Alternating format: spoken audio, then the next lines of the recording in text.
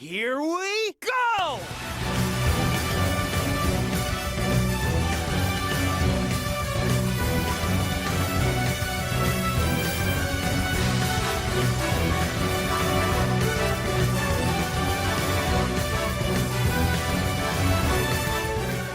Hey, what's up everyone? GamerBlake90 here, presenting you with the second episode of my Tails playthrough for Sonic CD, the 2011 version made by Christian Whitehead. In our last episode, we kicked off with Palmtree Panic using Tails, and now we're going to be going through Collision Chaos, a level that's kinda memorable and not memorable all at the same time. I don't really know how to word it. It's got pinball mechanics, but they're pretty weird, to be honest. We'll get to those eventually, though. I hope you guys enjoyed the first episode featuring Palmtree Panic. I know I didn't really talk too much about Palmtree Panic as a level, but there wasn't really much to talk about it, to be honest. Just like with every other first level in the Sonic game, it was basically there just to teach you the ropes, in a way, and like most levels in this game, it wasn't terribly long. This one is a level with a decent length, though, so that aspect of the game is somewhat redeemed in this episode. Alright. Now, like I said, there are pinball mechanics here to worry about, but it's not full-on pinball. It derives elements from it, which I think might have been what gave Sega the idea to try a full-on spinball version of Sonic. Pinball version of Sonic, excuse me, hence Sonic Spinball. And yes, I will do a playthrough for that game eventually. I just bought it on Steam, actually, and started playing it again to get accommodated to it, but it may take me some time. I haven't beaten it yet since I repurchased it. I beat it quite a while ago when I had it on the, what was it, the Sonic Collection? It wasn't on Xbox, I think it was? God, I don't remember. But yeah. Alright, this here's Robot Generator, and this is the reason why you need to go to the past first before you try to destroy it. Because you can't destroy it in the present, and that's ultimately what keeps the bad mix active in each level. So, to solve that problem, we're gonna come on up here. Touch this pastime sign, bam. Now we need to find a place to safely travel to the path without getting our momentum disrupted. Fortunately, this should be it. And look at that, another pastime sign right there in case we mess up our first attempt. Not that it will be necessary. So here we are in the pastime version of Collision Chaos, where the tracks become a lot tamer and much more avoidable in general. This, for example, this used to fire shots at you, now it doesn't anymore. And though the game wasn't built with Tails in mind, having Tails at your disposal makes certain areas a lot more easy to reach. Where with Sonic you would have to be a little bit more precise, but even then they weren't out of his reach. Unlike some levels that were flat out made to be Knuckles exclusive in Sonic 3, for example. And I'm fairly certain there are some sections in Sonic 2 that only Tails can get to. And I'll experiment with that when I mess around with Sega Age's version of Sonic 2 at some point. But yeah. Make our way up here, and there's the Metal Sonic hologram. That spring will not get us up there though, or makeshift spring I should call it. So we'll let Tails do the dirty work, and kabam! That's it for Metal Sonic. Look at the birdie flying around the level. Anybody else here thinking of Super Tails from Sonic 3? Where he had those broken flickies flying around him, and by broken I mean overpowered as heck. They literally destroyed everything in their path. I think he was low-key more broken than Hypersonic, if I'm being honest, but some may agree with that, others may not. I'm curious to know what you think on that topic as a matter of fact. Who is more broken in your opinion? Hypersonic or Super Tails? And the fascinating thing is that unlike Sonic, Tails didn't have a Hyper form. All he had was Super.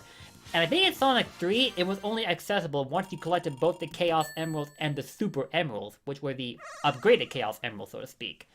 Anyway, we cleaned up the first act, and now we're gonna go to what looks like an underwater special stage, where the third time stone is hiding away.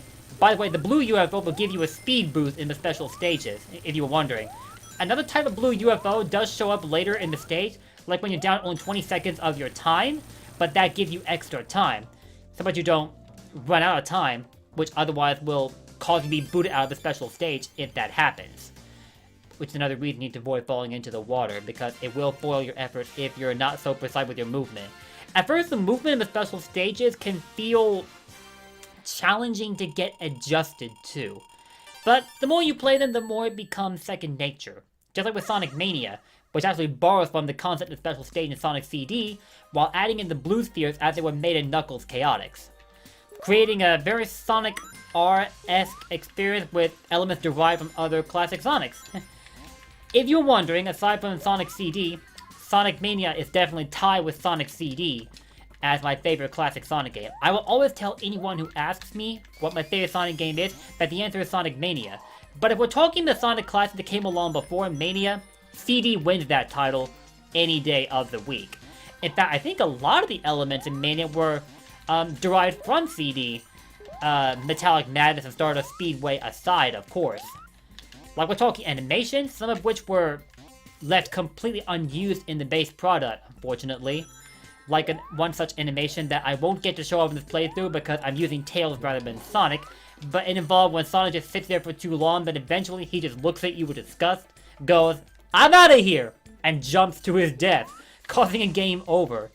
They were actually going to put that into Sonic Mania, but for some reason that was cut from the base package. I don't know why, but either way, Mania by itself is still an amazing Sonic game. You cannot dispute that. And if you do, we'll fight! Well, no, we actually won't. I respect differing opinions, but seriously, you don't think Mania is the best Sonic game? We're gonna fight over it! Alright. Now, here we are in the past. The robot generator shouldn't be that far off from here. I think it's somewhere in the highermost section right here. Is it right here? Yes, it is! Now, the Metal Sonic hologram is slightly trickier to find, but I believe I remember where it's at.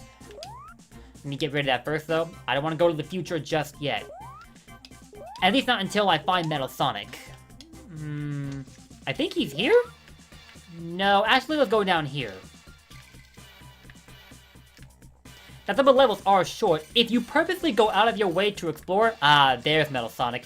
But if you purposely go out of your way to explore the level layouts in Sonic CD, you will definitely get some more bang for your buck. But it's kind of odd, but you have to purposely go out of your way of reaching the goal in order to fully appreciate the levels in their entirety. Which, again, may have been another point that counted against Sonic CD when it came out, but it's one that I personally don't mind, if you couldn't tell. So we clean up the second act, now we just need to get to the end. Which, by the way, there are two ways you can finish this level. There's a lower route that you can take here, and then assuming Tails can get to it. Can he get to it? Yeah, but just barely. There's an upper route that you can take, and if you finish the level using the upper route, you'll unlock an achievement. I forget what it's called though, because I long since unlocked all the achievements on Steam quite a while ago, but take my word for it, it's definitely there. Alright, that's it. We're at Act 2 of Collision Chaos, and now it's time to add the 4th time stone to our collection. Let's do this. And yo, look at that island paradise. Any of you thinking that may have been what inspired Angel Island, which would show up in Sonic 3 at some point? I personally think so. Though they probably hadn't thought of the Master Emerald at the time they were making this game, which was, I think, 1992 or 93? Huh.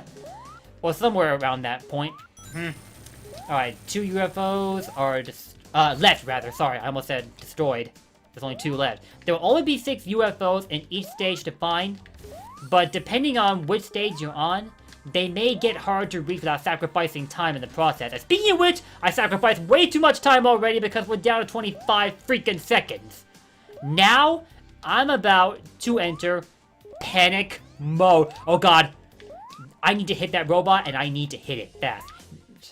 I thought I could maybe snatch that that speed robot along the way? Okay, now back to 40 seconds. That should give me a fighting chance. I don't usually struggle on this stage.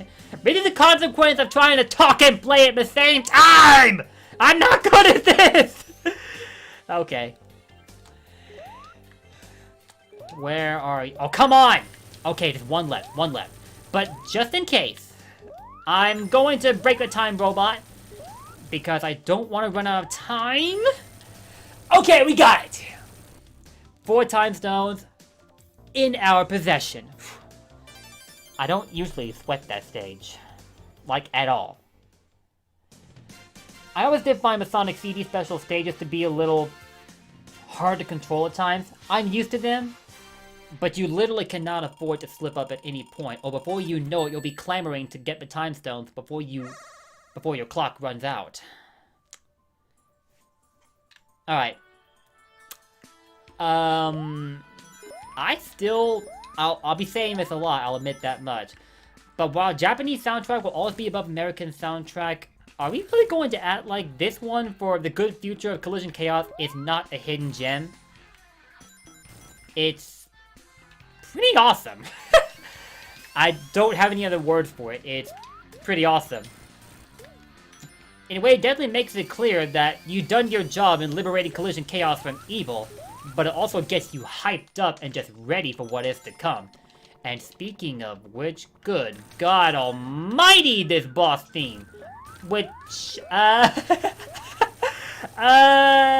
we're not going to get the opportunity to discuss right now because, God, I don't usually beat the second boss this quickly, unless I'm feeling very lucky and in the mindset of a speedrunner. You can actually get it within like a half minute if your precision is insanely on point with the pinball aspect of that boss battle, which was also one of the biggest irritations behind Collision Chaos because it wasn't entirely refined.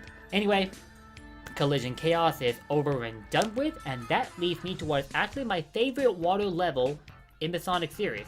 Not Hydro City, I'm sorry to sound blasphemous, I actually prefer Tidal Tempest. Why that is, I'll talk about in the next video, but for now, that will do it for this one. Thank you for watching.